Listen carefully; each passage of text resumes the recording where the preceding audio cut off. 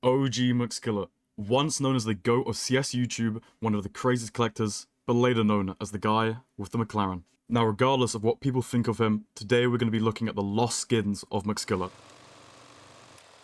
He was trade banned in late 2017 when his main Steam account phone number was connected to a gambling bot Steam account, which resulted in a chain ban. Now, this would result in him getting a commercial purposes ban, which looks something like this. This ban is hidden, it doesn't appear on the Steam profile, not even Steam Rep considers it a ban. However, you cannot trade with him. His once flashy profile is now private. A lot of people confuse the third richest inventory value on CSGO Exchange as McSkillet's as the name is McSkillet's best friend. However, this is a trade banned account of the owner of CSGO Reaper, a notorious gambling site back in the day. Regardless, if you enjoy this type of content, hit the like button and subscribe, it means the world to me, and let's dive straight into the banned skins. Starting with his knives, he had this StatTrak well-worn Karambit Blue Gem pattern 809. This is around the 8th best tier 1 blue gem, and at the time he paid $4,000. In today's market, this could sell anywhere from $30,000 to $40,000. Now, understanding back in the day, people collected through StatTrak. The rarer it was to unbox, the cooler it was. So anything StatTrak in this video, even though in today's market we consider that illiquid, especially with China coming in, they do not like the StatTrak counter on the knives.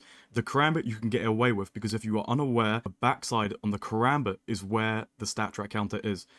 So, in playside, it does not ruin the blue gem. The next knife was the rank 1 StatTrak M9 Emerald. This was at 002. Now, if we check CS float, it's actually rank 3 now, and that's because since 2020, 2 lower floats have been unboxed. But as of his death in 2018, and when he bought the knife, this was rank 1, and it's incredible in CS2. He also owned a StatTrak factory new M9 Bayonet Crimson Web with 1 centered web. Now, there are only 9 real ones in existence, and 5 extra being duped, so at 14 technically in the world. McSkillet's was one of the dupe ones, and that is why on CS Flow it says he doesn't actually own it. If you aren't aware how CS Flow operates with duped items, basically, imagine 5 Crimson Webs exist with the same ID. Every single time one of the knives changes inventories or just has an item update, so that goes on the Steam market and then comes back to your inventory, whatever. CS Float puts that profile picture and the inventory link as the new owner, hence why the item history is over 100 different changes. He had 2 insane Deagle skins. The first was a StatTrak factory new Deagle Crimson Web with an iBuy Power, a Titan Hollow, a Reason Hollow best position, and a Vox Hollow on the handle. Are the 4 most expensive Kato stickers. I'm going to put the cheapest listed pricing as of this date when this video came out. Now, in terms of Deagle Crimson Web's factory news with good Kato skins, it's only 3. We have the McSkillet one, banned. We have a 4x Titan Hollow on a StatTrak factory new, banned again. Now, this is actually owned by QKS. This is a legendary lore of a story. I can make a video on this if you want to know the whole depth behind this story and how he got banned. And the final Deagle is owned by Astro on Twitter. It's a 4x. It's not the highest tier, but it still looks incredible. And it's the only one not banned. Now, his other Deagle was a Deagle Flamethrower. This is a Deagle Blaze with an iBuy Power Hollow best position. There's only 6 in the world. Now, if we look, we can actually see people overpay for the certain flame pattern. If we look at this, guys, the centered flame actually looks like it's coming out the iBuy Power's mouth. Whereas this one doesn't, it's off-centered. So not only do people pay extra for the flame pattern, but especially back in CSGO, it doesn't work in CS2 because no matter what the float, it looks flawless. But in CSGO, if you are aware, it used to be so badly scratched. So you would need to get extra float overpay and a good flame pattern, and it was worth a lot. Now, he had 3 insane AKs. The first was an AK Hydroponic 4x Reason Hollow. Now, this is a 1 out of 5, but there's something special about McSkillet's. This was crafted on a 00420 float. His next was a Pink Panther StatTrak factory new AK Jaguar with an iBuy Power Hollow on the Panther's head. Now, this is a 1 out of 9, and there's currently on the market a minimal wear version for $6,000. Now, back in the OG days, this was one of the most sought after AKs in the game, and I still think the classic holds up today. Now, I've saved the best for last. He owned the rank 1 legendary AK661. This is the scar pattern. His was 0.01 float. It is now number 2 lowest 661, but he paid $12,000 back in the day. To put this into perspective, there are no public sales of factory news selling recently, but 3 minimal wears in 2024 sold for around $47,000. There are only 10 in total factory new AKs, one of them being the StatTrak factory new $1 million AK, but This is insane. Now, he had 3 insane ops. He had a StatTrak op boom with an iBuyPower holo on the scope, which is a 1 out of 3, and the cheapest listed on the market is currently listed at $9,000. He also had an op Medusa factory with a Titan holo on scope. This is a 1 out of 8, and I quite like this. He's got almost like a fire and ice op loadout, 1 for CT, 1 for T. And of course, he had a Souvenir op Dragon Lore, Well Worn. Now, Well Worn doesn't sound good by any means at the start, but when I tell you the facts, you'll know why. There is in total 115 Souvenir Dragon Lores that have been dropped. Now, on the side, I'm going to show you each of the numbers. 17 factory new, 22 minimal wear, 59 field tested, 14 battle scarred, and for McSkillet, he owns the Well Worn, only 3 exist. Now, out of the 3 that exist, his is the only one with an autograph on the scope. This by far makes it one of the rarest Souvenir Dragon Lores in the game. Souvenir autograph on the scope gets so much more overpay, especially if it's an opper. Neo from Virtus Pro isn't an opper, but still. And this is gone. The chances of this being dropped again, with how much the packages cost, the odds of actually getting a Souvenir Dragon Lore, it's just not going to happen. And this item is banned.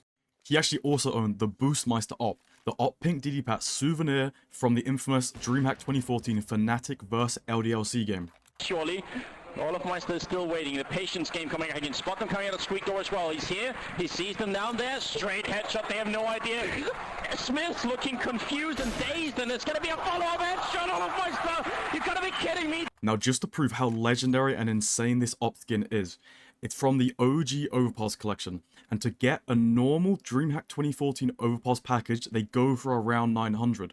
But for this exact match between Fnatic vs LDLC, the cheapest on the market right now is $1,600. Now, the odds to actually unbox the op for a purple is 1 out of 300, which basically means if we do the maths, on paper, you'll need to open 300 times 1,600, so that's 480,000 to actually unbox this.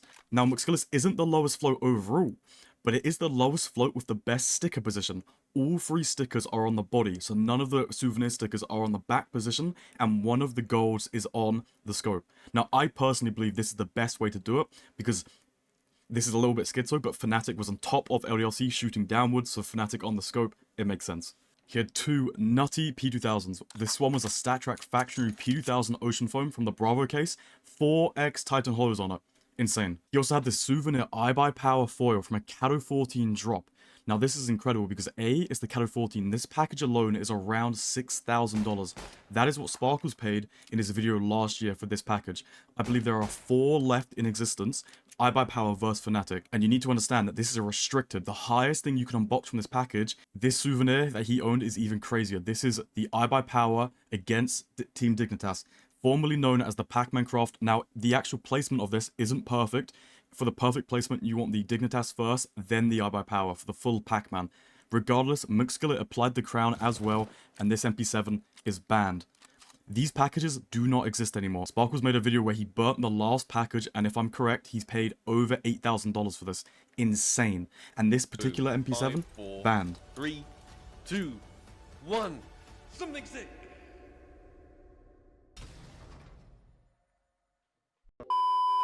Now, he also owned this Nova Modern Hunter, and at first, it doesn't look like anything, but it is #1 float, and it's unbeatable.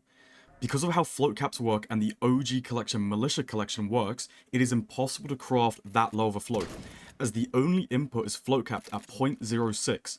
So even if we got the #1 float P2000's Grassland Leaves and combined it with impossible fillers, you could only craft a 0.64 roughly. His rank 1 is 0.600. No one will ever be able to own that exact #1 again. Now, when we're looking as M4s, the 2 that got the craziest that got banned is this 1 out of 2 Souvenir Titan Scream M4 Knight. So not only is this from the Cobblestone package, it is a Titan Scream and a Titan Gold.